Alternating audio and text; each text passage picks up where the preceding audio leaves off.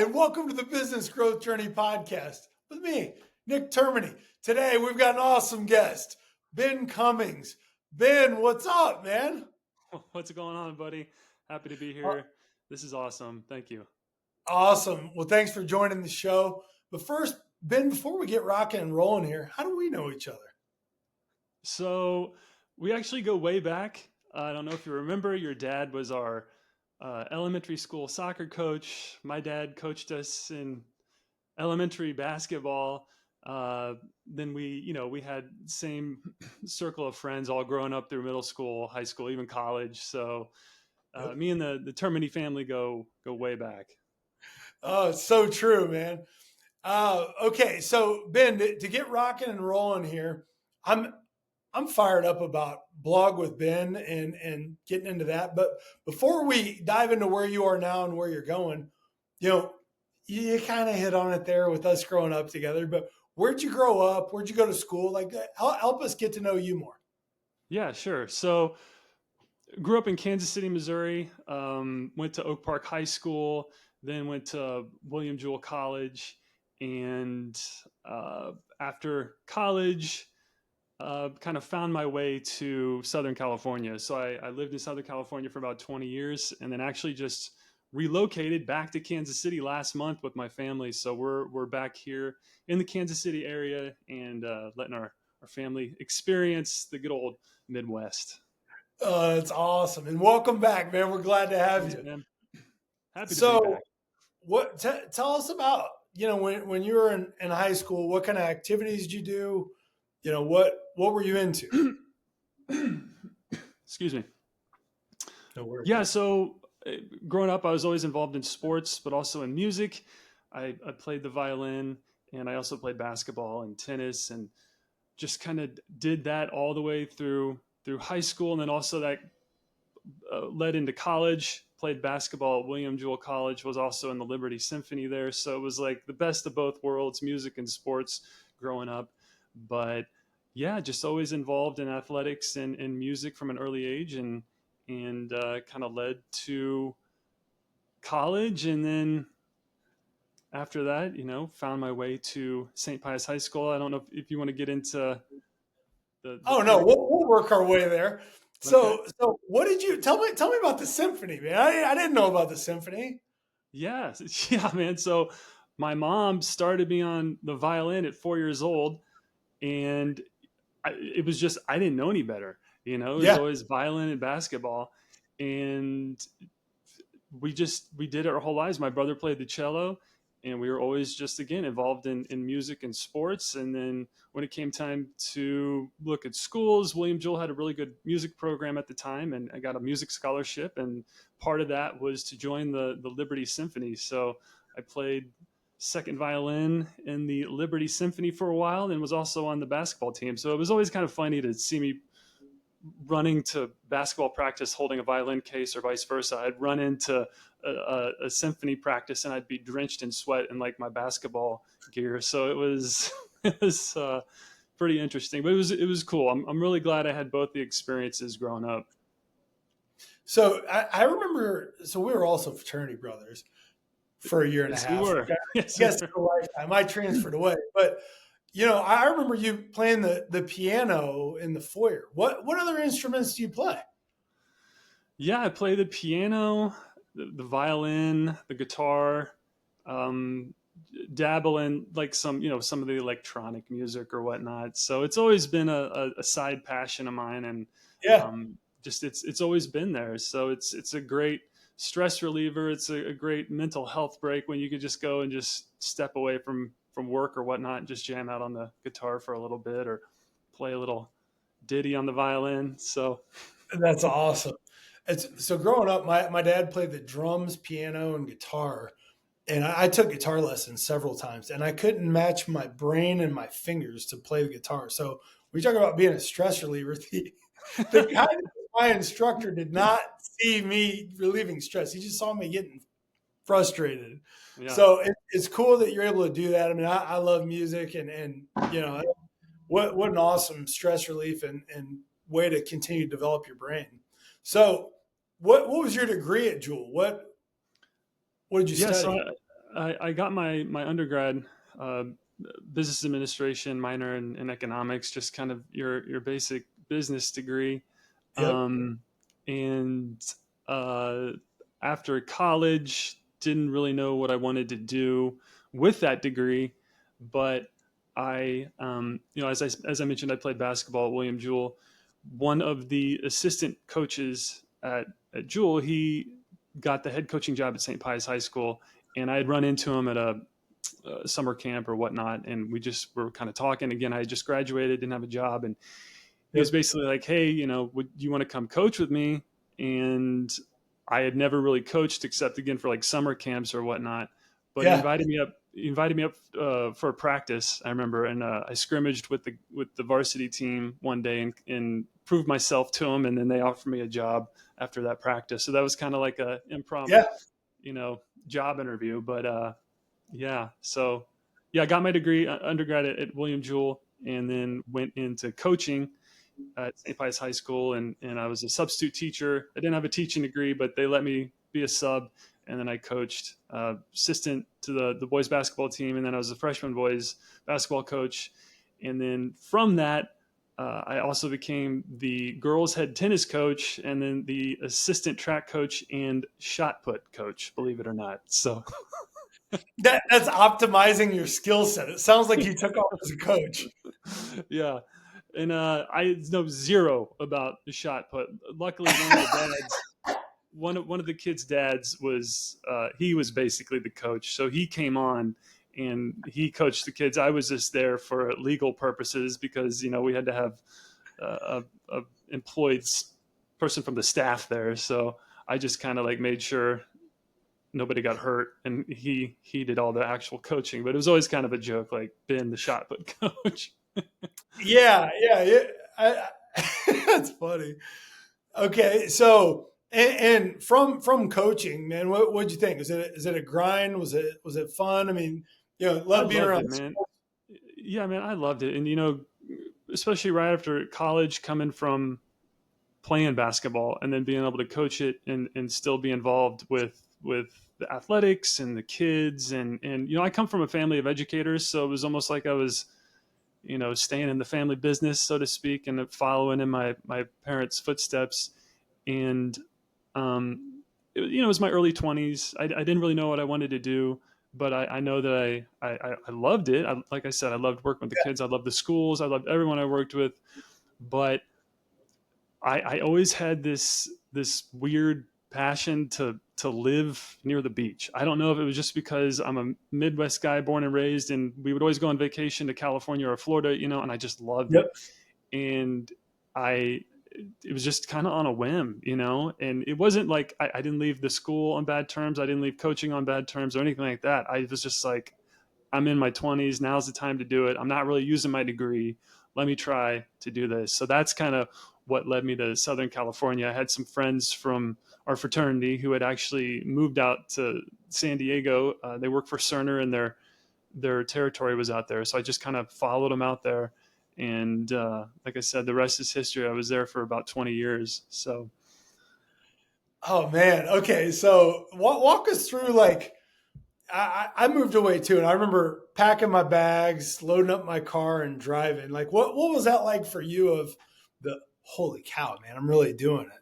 yeah, it was crazy, but again, it was something I knew I always wanted to do. So I was Yeah. really excited and really just like felt like I was following my dream, So it was sad, obviously, because I had all my friend base here and coworkers and family, obviously, but it was something that I always wanted to do. So I was just excited. I was nervous too because I'm going out there and I had zero network in terms of like work and whatnot. So it was obviously, yeah, it was a big jump, but something I never regret. And it's a amazing part of my life that I always cherish and look back on fondly. So did you have a job lined up when you moved out there, or was it just No, here we go, baby? Let's I let's went just with a yeah, I went with a suitcase and a resume is basically what I had. I print remember it off? Or was it digital? no, printed out. Yeah, on resume paper. I don't know if Oh those man, the kids good know what that stuff. is nowadays, but Oh yeah. Oh, no, that's great. it was an interesting time too. Yeah, because I had zero network, and also I didn't really know what I wanted to do. Yeah. I didn't like I said, I loved coaching and I loved teaching, but I didn't think I wanted to pursue that anymore. I wanted to try, my hand in the business world, so to speak. Yeah. So just kind of hit the pavement out there with my resume, and I got hooked up with a recruiter, and they, kind of facilitated the job interview process. Because again, this was before LinkedIn, this was before social media. Really, I mean, we had Facebook, but it wasn't anything MySpace, like it is baby. today. Yeah, I think we had Monster.com. That was the job website, but it wasn't anything like we have today, to do job research and things like that. So So when you went out there, did you have any ambition of like surfing or any things that you really don't do in the Midwest? I tried surfing. I wanted to, but it was like What one of you're those what things. are you 6'4"? Yeah. So again, I wanted to try it, but it was one of those things that like once I did it, and I did it a couple times, and I was like, this just isn't for me. Like you're sitting out there in the middle of the ocean and something brushes up on your leg, and I was like, this isn't for me. I'm not cut out for this, man. So Oh man, that's great. Well, I can't walk and chew gum, and I've watched Shark Week too many times, so I'm with you, man. yeah, I tried it, and I was totally okay with just chilling on the beach and watching everyone else do it. So Oh, that's great. that again, I tried it for a couple of times. I even bought a surfboard, and then I was like, nope, sold it back, and was just like, I'm chilling on the beach. So Oh, that's great. And what part of California were you in? it was in San Diego. There's a place called Pacific Beach, PB. Look it up. It's basically Peter Pan land, Never Land. So it's a fun place to live right after college. So Oh, that's awesome. Okay, so you're out there, hitting the pavement, developing relationships with your nicely uh, woven resume paper. And what what was your first job you landed? And then how did you kind of get off and running out in California? yeah, so like I said, I was using some recruiters. I had a bunch of sales job interview. My first job in San Diego was with Enterprise Rent a Car. Again, like I said, it was a great experience, I guess, for a first job out of college. They do have a really good management training program. I know that there may be some jokes made about it, but I learned a lot about running a branch, running a business, and also sales and customer service. Yep. And I also got to work all over San Diego, which was cool. So they would move me around. I was downtown LA. I was at San Diego Airport. I was in Chula Vista, Coronado. I mean, you name it. So I really got to experience the cities in Southern California, and got to meet a ton of people, which was cool too. So it really expanded my network and expanded, my friend group. And like, even to this day, some of the guys that I worked with at Enterprise Rent a Car were my wedding, 20 years later. So Really? it was a cool place to be. And it was a great launch pad for my career. That's awesome. Well, I mean, moving somewhere new and, like when you start out somewhere, you kind of know the places, like you can basically draw a radius around where you live. Right. And so having a job where you're able to get out, learn the city, get to meet people, that's pretty cool. Yeah.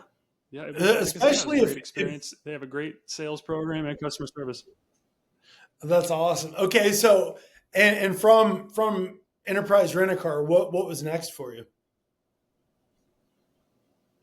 So while I was working at Enterprise, a lot of our employees were being recruited by this company called Bridgepoint Education. So that was my initial introduction to my next job. So Bridgepoint Education, it's the parent company of some online universities. At the time, it was Ashford University and the University of the Rockies. And like I said, they were recruiting a lot of people from Enterprise. And I was just at a point where I was kind of ready for a change. And they had some job openings for Ashford University, so interviewed with them and got hired on as an enrollment advisor.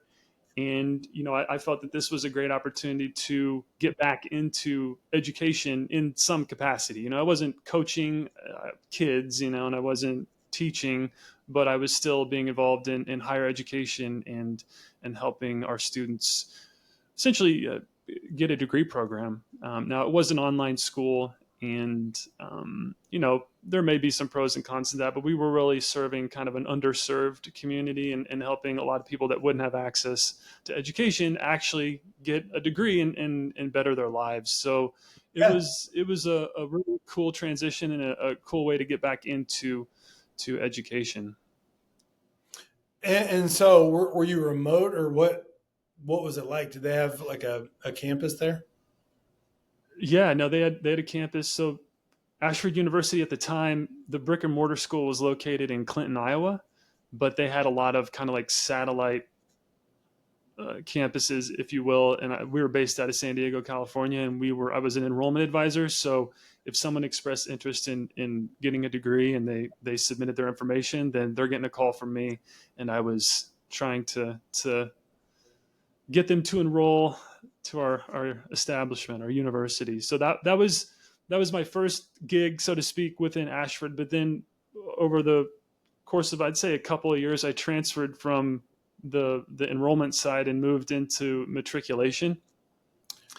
And that was kind of more in line with what I was doing previously, more mentoring and more helping kids and adults transfer in their credits and making sure that people are in line and ready to graduate. So it wasn't just selling people on the school and trying to getting them to enroll. I was actually, helping our student body actually get their degree and get there and transfer in the correct credits and whatnot. Um, and then what's kind of interesting, kind of this kind of can lead us into Blog with Ben. The whole time that I was working at Ashford and Bridgepoint, I started Blog with Ben on the side. So it was just kind of like a passion project.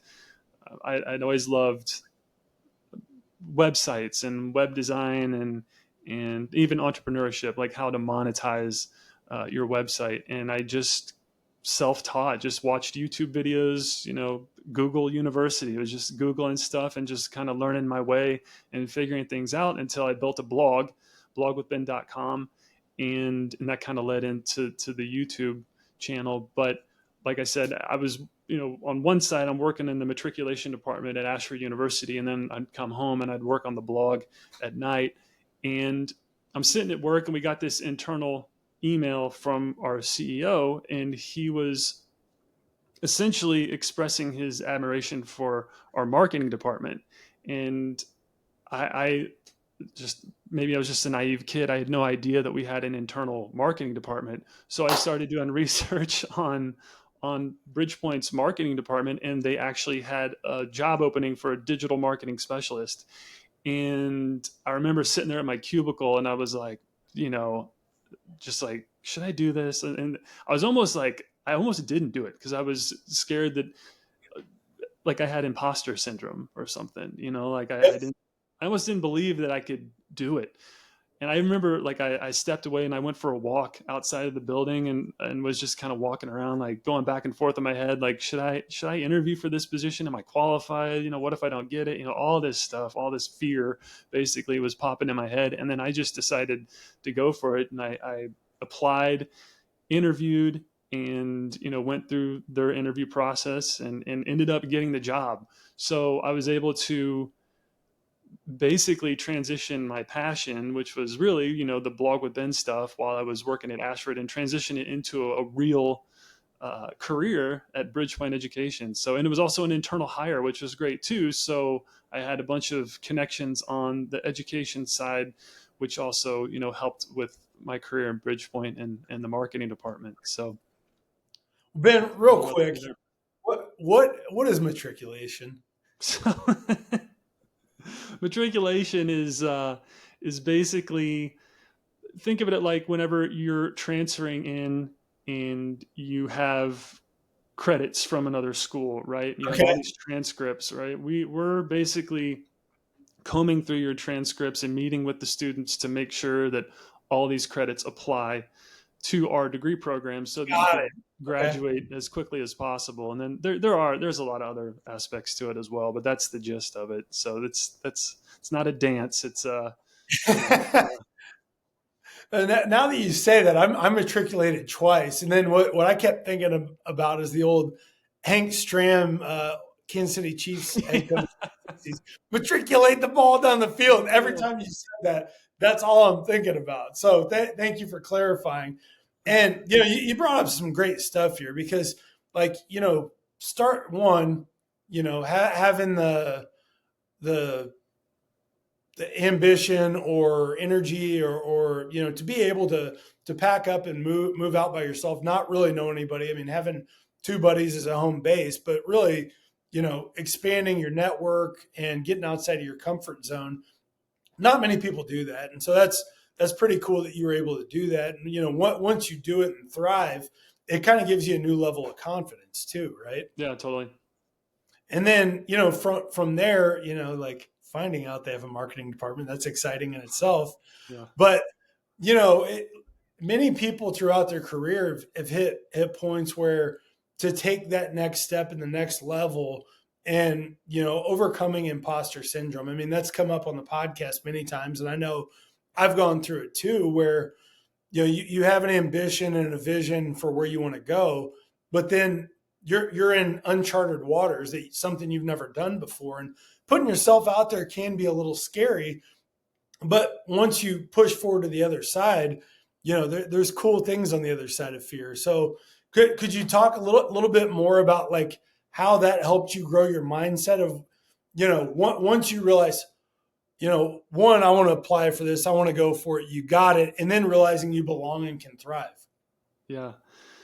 So I think there's like, have you seen that meme where it's like the guy is like digging for a diamond underground, and it's like this long tunnel, and then it's like a sliver of ground, and then the diamond's on the other side, and he Yep. gives up right before he hits that diamond. I think that's kind of what it is in terms of, you know, trying to just go for what you want. It may be, miles and miles and miles of failures and whatnot. But if you don't try, and if you don't push forward and keep going, then you're never going to know. And I think a lot of it is fear, and the fear of failure, I think. But in my experience, especially in life and in career, that failure is probably the best teacher in terms of learning about success. And fear is just a natural thing, and but if you let that fear keep you from trying, then you're never going to know. So even though success is great, success is amazing, and that's what we strive for. um, I've learned the most in my career from those failures. Yeah, same. And the list is long and distinguished. I'm with you. Buddy, yeah. So you brought up at this point you're on the marketing team at Bridgepoint, and then this is when you started Blog with Ben, right? Yeah, And so this is a side hustle that you pulled together. Could you kind of talk about like what is Blog with Ben? sure. So blog with Ben it's my blog, obviously, but it's basically I help people build, grow, and monetize their WordPress blogs with free step-by-step tutorials. So that was the initial kind of launch pad.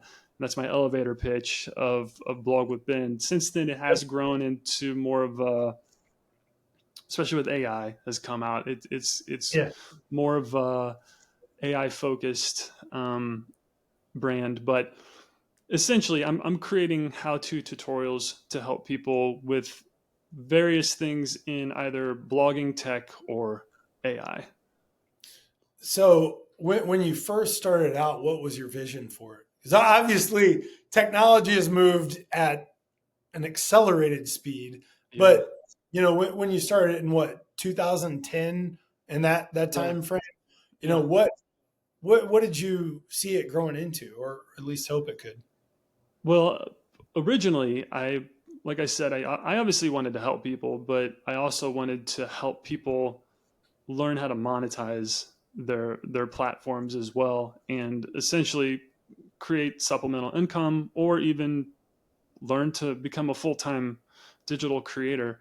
And initially, it was basically built off of helping people and then affiliate marketing. So that was my main source of revenue, and that was the main goal, was just to help people start a blog, uh, teach people the right way, because I had, again, I knew nothing about it initially. So I was having to buy courses and whatnot and learn everything about digital marketing, blogging, WordPress, web hosting, all that stuff, SEO.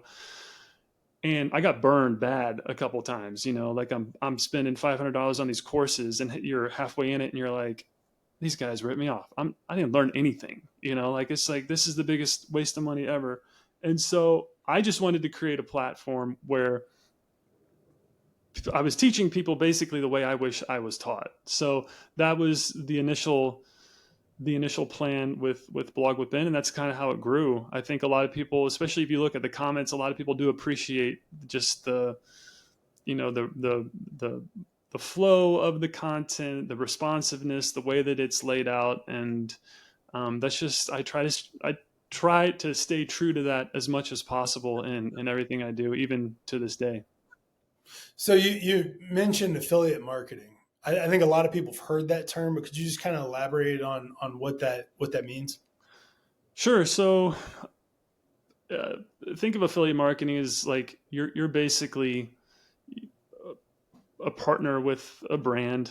Like, let's say I'm an affiliate for, you know, Hy-Vee. I don't know if they have an affiliate program, but you're You an might have affiliate. just started it. Yeah, you're an affiliate for Hy-Vee.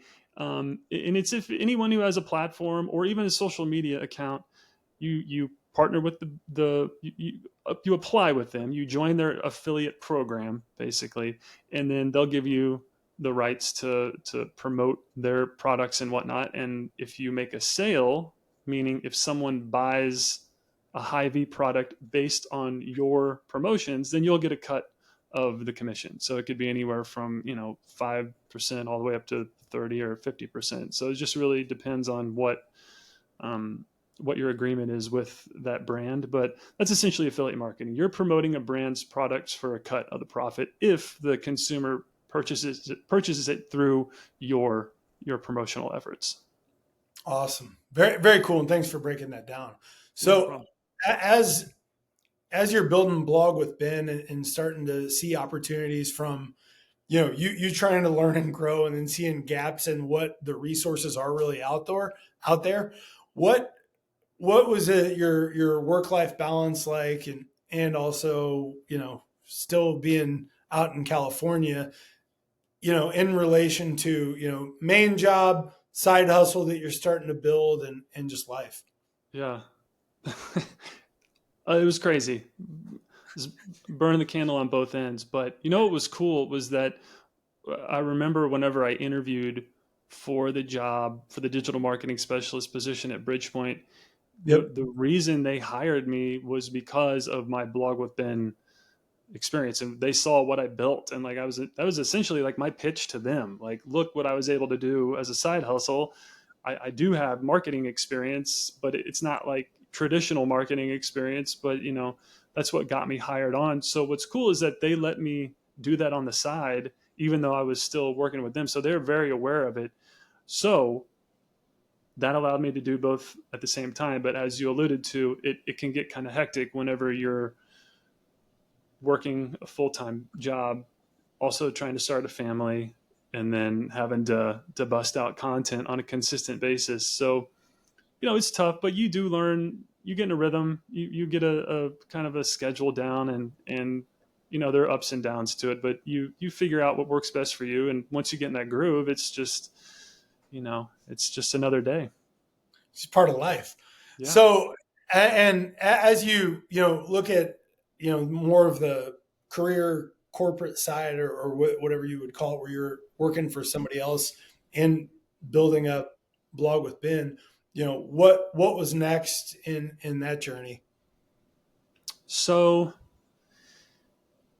when I was working at Bridgepoint, which they became Zovio, um, That's kind of I fun to had, say. yeah, it was a huge rebrand. Um, and I had worked my way up. I think my last title there at Zovio was Solutions Architect, and still working in their digital experience team. However, the University of Arizona acquired Ashford University and the University of the Rockies, Mhm. and due to that, there was just, I mean, as you can imagine, anytime there's any type of buyout or merger or whatever, there's just a ton of chaos.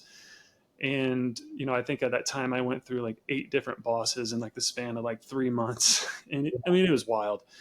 Yeah. And it came to a point where Zovio actually went out of business. But like I said, University of Arizona acquired Ashford, and I had a job offer at the University of Arizona, and it was a lateral move, but it would have been, basically doing the same thing, but just for University of Arizona. I still would have been working in their marketing department, working with their websites and their online university arm. But at the time, it was kind of like that fork on the road again, where whenever I was trying to decide, do I want to apply to be the digital marketing specialist? This was, do I want to go with the cushy corporate job and stay there, or do I want to take a risk and do my own thing? And I remember it was right around my birthday, and we had actually come back to Kansas City to visit. And I took about a week to marinate on the decision, because University of Arizona was waiting for my decision if I was going to come work for them. And I just felt, and obviously, talked to my family and my wife, and we just felt that this was the time to do it. We were in a good place financially, where, we had enough saved up to where we could try it for a year and see. And the kids were at a good age where we're not, really worried about the effect on them at the time. They were young enough. And I don't know, man. It was like one of those moments. The fork in the road is like now or never. It was my 40th birthday too. So I was like, I just turned 40. I'm like, I'm not getting any younger. So I'm gonna go for it. And so that's kind of how I decided to do my own thing and become the solo entrepreneur, if you will. But the one thing I do miss, obviously, is having 2 sources of income, and the corporate job it's a steady income, if you will. But I honestly, I've been doing the blog with Ben for about 3 years now, and I wouldn't change it. I don't think I could ever go back. So Ben, I think the 40th birthday has started many companies. I know I started my company when I turned 40. And then the other thing, the birthday does have a powerful effect. I started this podcast the day before my 43rd birthday. wow, So I'm with you on like the timeline of a birthday, and that actually puts a time stamp of where it's like, okay, let's go. Let's keep pushing, man. This is my new year. yeah. I think you're right. I think there's something in the air. There's something in our psyche, that we're just ready for something new, a new change, a new me, So yeah, that's funny. Well, but it's true though, right? Like you hit a point where, I'm a late bloomer, but from a maturity standpoint, and where your life priorities come into play, and who you want to grow into, and things that you've dreamed of your whole life. There's just like a certain point where you feel like have the knowledge, the drive, and the ambition to tie it all together and say, let's go for it. Yeah, And right? I absolutely, mean, absolutely. and I Yeah, mean, so at this point, are you starting to have a little wind in your sail with blog with Ben too? I mean, starting it out, everything that I've ever seen in the beginning is so clunky. And I don't know about you, but I like to go fast, and I'm a high flyer, and I get really frustrated when things don't go fast in the way that I visualize them. yeah, And starting a company, it doesn't. So yeah, were you able to have some time to kind of work through, what blog with Ben could look like, get better at the craft, like we talked about a little bit, like what were you at a point where you had enough to get down the runway and see, okay, this plane's going to take off? Yeah, I think one of the things that benefited me the most in terms of my decision to go with it full time was that I had already been doing it on the side for, roughly 10 years at the time. And my wife had seen some of the success of it as well. And, cause it was making a decent amount of revenue for just a little side hustle. Yeah. And so, if it was, I think if I was just, had a little, personal blog and was like, I'm going to do this full time, she would have put the hex on that and be like, no, you're going to University of Arizona. But it had enough success to where we felt comfortable that we could do this. Now, as you alluded to, as an entrepreneur, I mean, it's not every day is, sunshine and dollar signs. So there are rough times. I was watching and listening to one of your podcasts. I don't forget I don't remember the gentleman's name, but a quote he said that really resonated with me was "Embrace the suck," and that's just, Andrew Potter. yeah. As an entrepreneur, I love that. I love that phrase. I'm going to use it. I'm going to steal it. It's great. As an entrepreneur, I think you have to embrace the suck, because there's going to be ups and downs, and there are going to be times where you do want to give up. But it's going to sound cliche, but you just have to keep pressing on. You have to just keep the eye on the prize and just keep going, and believe in yourself and believe in your product, and you'll get there. Now, I will add on to that is, yes, you do have to embrace the suck, but I also think you have to analyze the suck to understand why it sucks, so that you can learn to make changes, whether that be an internal change in like a process, or make a change to your product offering, or understand where the suck is coming from. Is this, like I said, internal, or is this external, like a economic suck, a political suck? So you just have to embrace it, but also analyze it, so you can learn how to make changes and pivot to ultimately be successful. So Yeah. So when I quit the corporate world and got into commercial real estate brokerage, I was making 50 to 100 cold calls a day. And in the oh, beginning, I remember the trenches, first one. man. I remember the first one I made. And at this point, my oldest son's like, I think 2.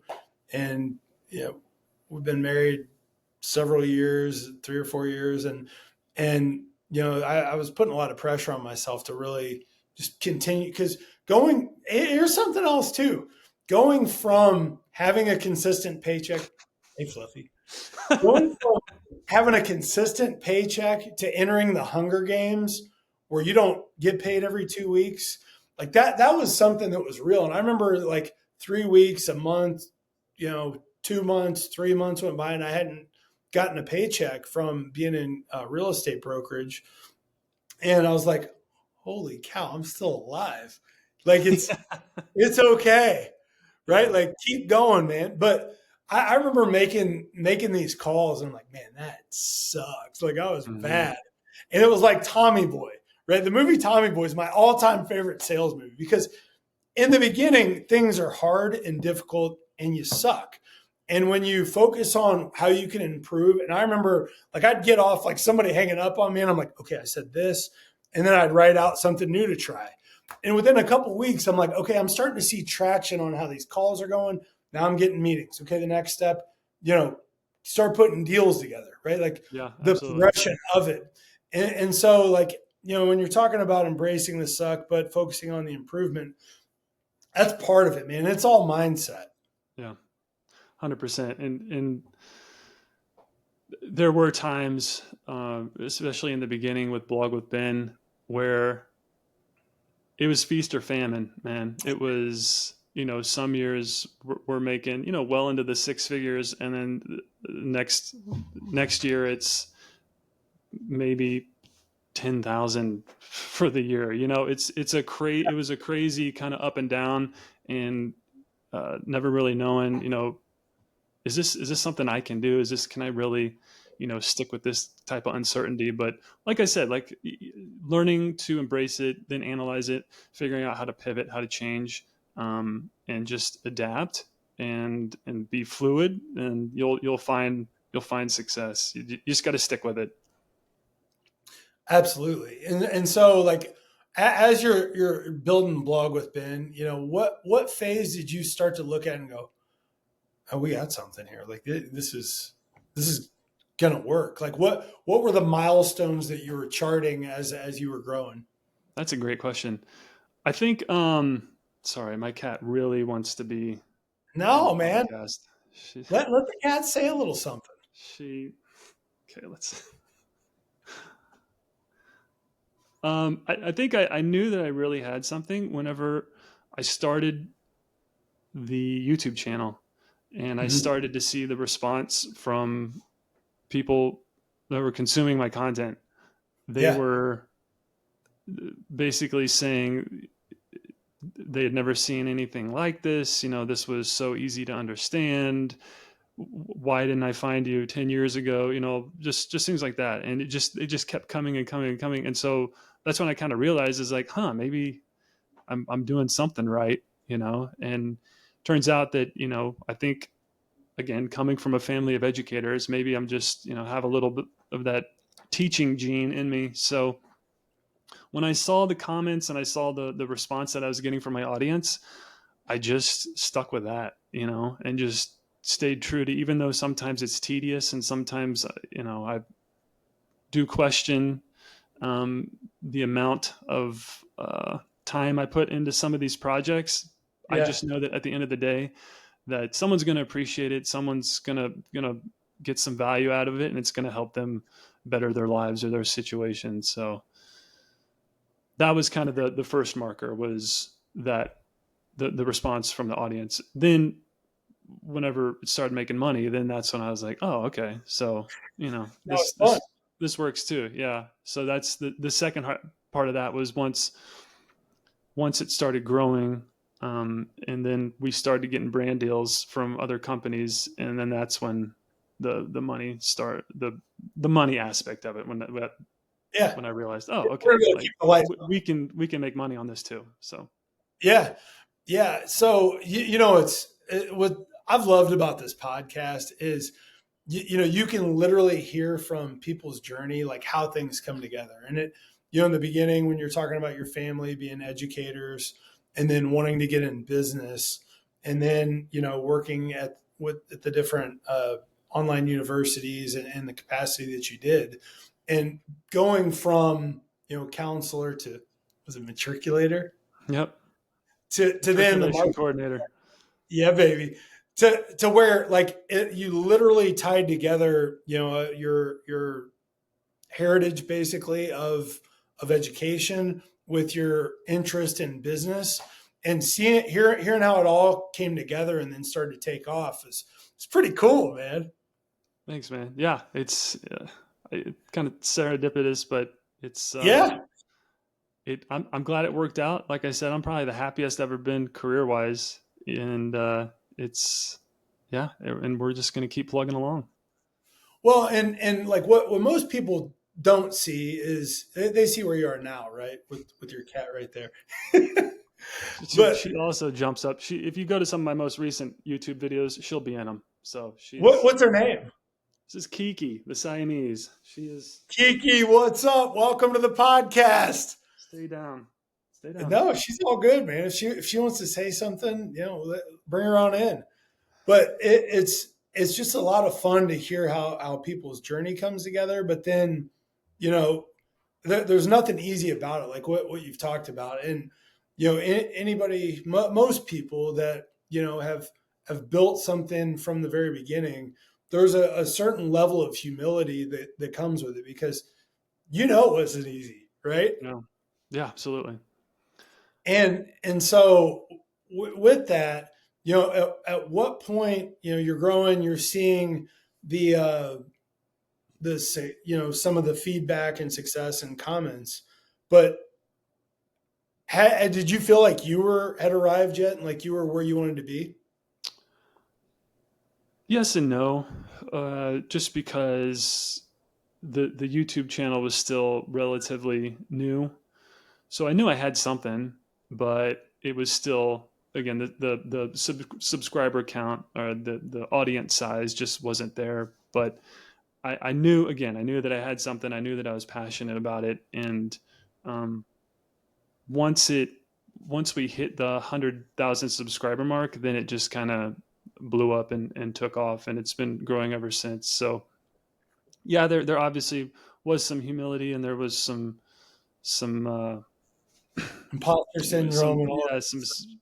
potholes, speed bumps, whatever you want to call it. But like I said, just understanding what my goal was and what I was passionate about, and also at that time, I mean, it's basically it's all I had, like, Yeah, so I had made the decision to go at this full time, so we had to go all in. So that's the only way, man. Burn the boat. We're not going back.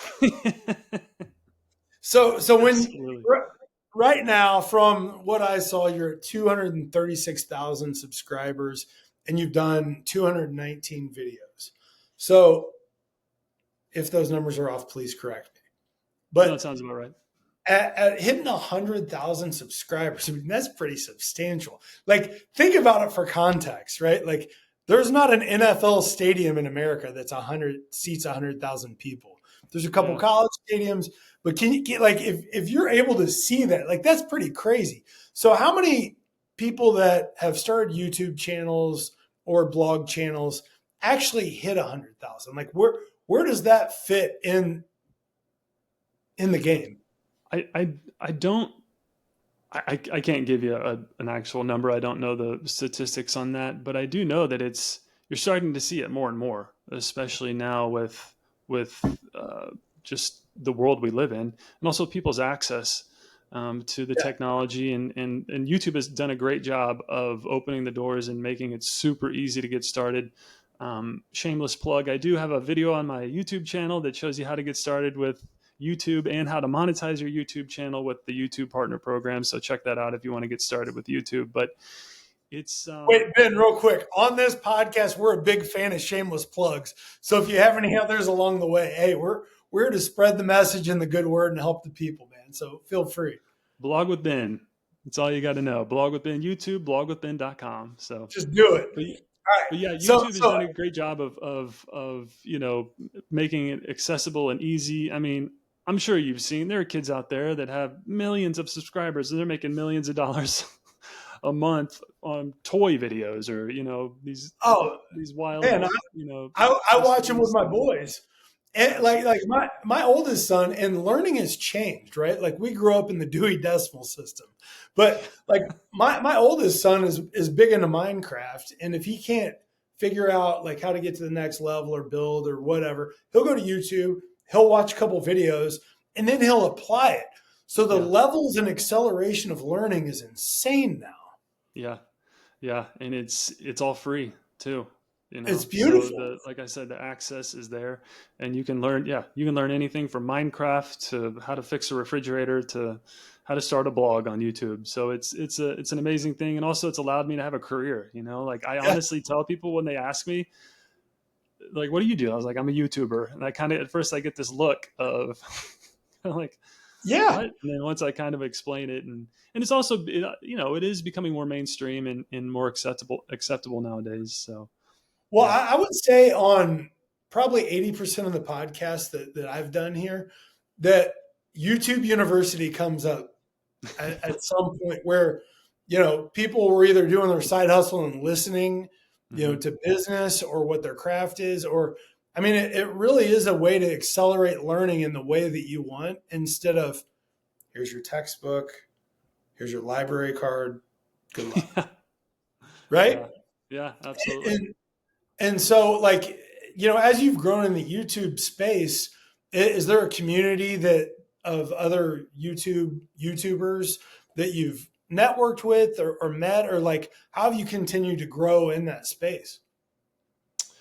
There are, but it's not like working in a marketing agency or working at Bridgepoint where you have a team and you can go out to a team building event and go to a brewery and hang out. So there is kind of the lonely side of being the solo entrepreneur, but at the same time, we do have a community, a network of other creators that you can collaborate with, reach out to, and whatnot. But in my experience, it has just been kind of me doing my thing. Mhm.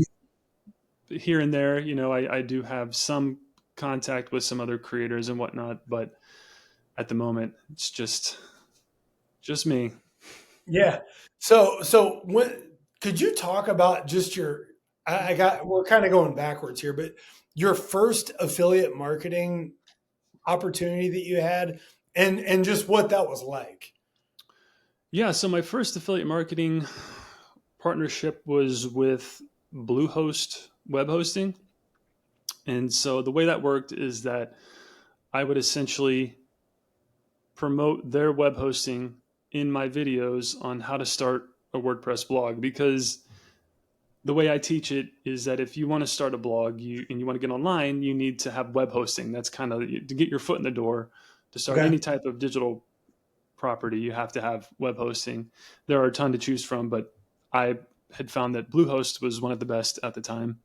Okay. So they were my first affiliate partner, and like I said, building it in a way to where if the user or the viewer who's watching my content, in order to get to the end of my video, they had to go through that first step of purchasing web hosting through Bluehost. So that was kind of the first opportunity, if you will, and it was a fruitful one. I mean, I had and I still do have a great relationship with Bluehost to this day. They helped me grow my business. They're a great company, have a great product, and at the same time help me, like I said, earn earn some revenue and also help my audience at the same time. That's pretty awesome. So as you look at, companies that you're going to either, have a blog about or affiliate with, like how do you select that? And is there any method to the madness of like how they stack and like work together, or how does that come together? It's really kind of right. I mean, it's changed, but I would say in the beginning, all of the companies and products that I would be an affiliate for are things that I would personally use as a blogger or entrepreneur, or specifically like a digital creator. So I was partnering with web host companies. I was partnering with some WordPress plugin companies. I was an affiliate for also like physical products like audio or visual things that can help you set up like a YouTube studio, if you will.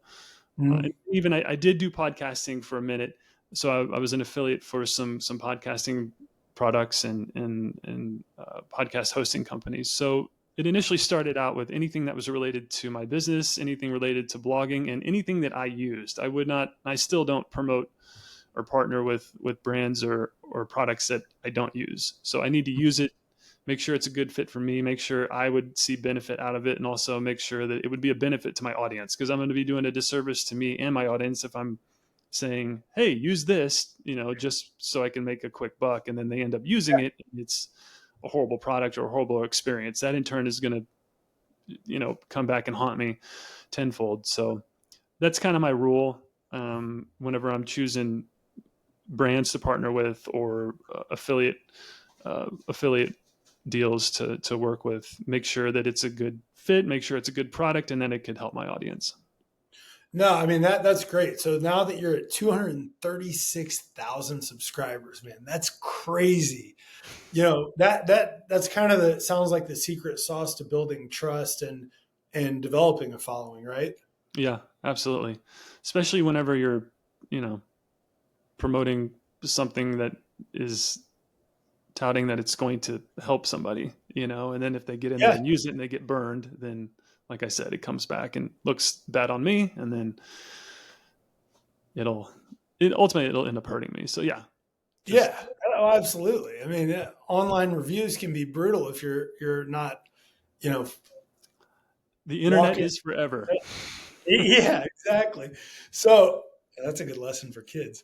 So as as you like look back from where you started to where you are now, what's been the most fun in all this? I would say, I mean, obviously, the whole process of becoming an entrepreneur, I,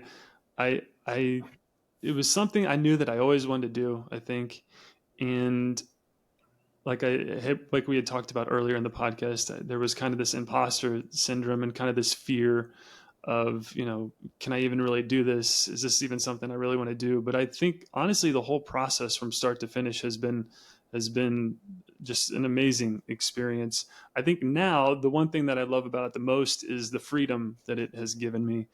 There are pros and cons to both sides of working a corporate job and the security of that compared to the entrepreneur lifestyle. But I would say that the past 3 years, it's the happiest I've been. It's the stress levels have gone down tremendously, and I just feel that I have the freedom to basically do my own thing. I obviously have a responsibility and I have a job, but I have a freedom to just it's what I want to do. So uh, if I could, if I could say anything about it, it's just the freedom that this lifestyle has given me. So as you look ahead, what's the future look like? What are some of your goals or things you're excited to implement? You've brought up AI. Yeah. So with the birth of AI, I learned at a very early time in that I have to pivot. I have to, if I'm going to do anything, I'm going to get left behind if I Yep. don't learn something about it. And so that really just led us into going into the AI space. I'm still relatively new into it, but we're growing in terms of creating content for AI companies, whether it be these LLMs or image generators or any type of website builders or whatnot. AI is making its way into every single industry. It feels like so. We've obviously pivoted to that. One of my personal goals is to get to a million subscribers on YouTube. Yeah, here we go. So it'll take, I would say, probably 5 years is the goal. Could probably take longer, but that's the goal. And with the way that the channel is growing right now, it could obviously get there. So right now, the goal is a million subscribers. We're pivoting into the AI space, but I'm not going to leave. What I'm not going to leave and forget what got me here. So still focusing on helping people start blogs and start a digital platform, whether that be a blog or a YouTube channel. So the goalpost just moved back. You're at 236,000 now. Let's get to a million. That's the fun part of being an entrepreneur, right? Yeah, Is the growth does make you dream bigger and want more. Like think about when you started and you were still working at Bridgepoint. Would 236,000 even sounded realistic, or like just a total pipe dream of it if is. said, "Hey Ben, in 2025, you're going to be at 236,000 subscribers, people that appreciate the content and work that you put into the world, and now you want to get to a million." Would that have blown your mind? Absolutely. I remember I was celebrating when I got 25,000 subscribers. Oh I thought yeah, that was just, I was on top of the world. So yeah, 100,000 was a pipe dream, but you're absolutely right. Once you do hit that goal, then you get that confidence and you're like, "Hey, we can do this," and YouTube does a really cool thing too that kind of helps with that mindset, is that once you hit 100,000 subscribers, they give you this plaque, and they give you this letter from the CEO, and it's signed, and this just kind of these milestones. They help their creators reach these milestones, and then they also appreciate them and give them yeah. these accomplishments, and it's pretty cool. So 100,000, you get that silver plaque, then a million, you get that gold plaque, and then I think there's one for $1 billion. I don't know, like some diamond thing or whatever. But that kind of helps with that mindset to keep going and to reach those milestones. But yeah, man, when I was first starting, it was a pipe dream. I never thought it would get to this, but it's been a cool ride, and I'm just excited for the future. That's pretty awesome. So, are there any categories that you're looking to fill in your affiliate program now as you're looking ahead at Blog with Ben? Yeah, like right now, I am focusing on the AI affiliate partnerships, but honestly, and I know it's easy for me to say because once you build a following, once you build a platform, it's much easier to apply to these companies and to get approved. You kind of get fast tracked to their affiliate program once you've kind of proven yourself. So it can, if you're first starting out, it can be somewhat frustrating if you're applying to all these companies and you're getting turned down because you don't have the audience. You know what I mean? So it just takes some time to kind of build that network up. But yeah, right now I am, like I said, I'm focused on AI. I want to build up that arm, but again, I'm not going to leave my bread and butter and I'm not going to forget why I got here. So we're still going to focus on the web hosting affiliates and the blogging and WordPress affiliate. Awesome. So, Ben, to wrap up here, could you please, they're not shameless plugs, they're encouraged. Could you please give a couple more plugs for Blog with Ben, how people to find you, what to expect, and Yeah, um, you can find Blog with Ben on all socials. Um, YouTube channel, obviously, the Blog with Ben YouTube channel. My website, flagship website and blog is blogwithben.com. And that's basically what my main focus right now in the business is, Blog with Ben. So anything, if you just do a quick search for Blog with Ben, it'll pop up. Find me on YouTube, come say what's up on the blog, leave a comment on any of the videos, and that'd be good enough for me. awesome. Well, Ben, final words. What would you say to anybody that's aspiring to, whether it's blogging, start their own company, or just take a leap like you have, and somebody that is in that next phase where it's time to keep moving the goalpost back and going for it. What type of advice would you offer, people in these different scenarios? I would say just don't be afraid to fail. And as we alluded to earlier, even if you do fail, failure is one of the best teachers that you can have in life and in the business world. And I think that just taking that step, and once you get past that barrier of the fear of failure and you actually taste a little bit of success, that will be the driving force in whatever you want to do in your life or business. So don't be afraid to fail. Even if you do, learn that take it as a teaching moment and just keep going and keep the dream alive. Ben, thank you so much for being on the Business Growth Journey podcast. Thanks, Nick. This is awesome.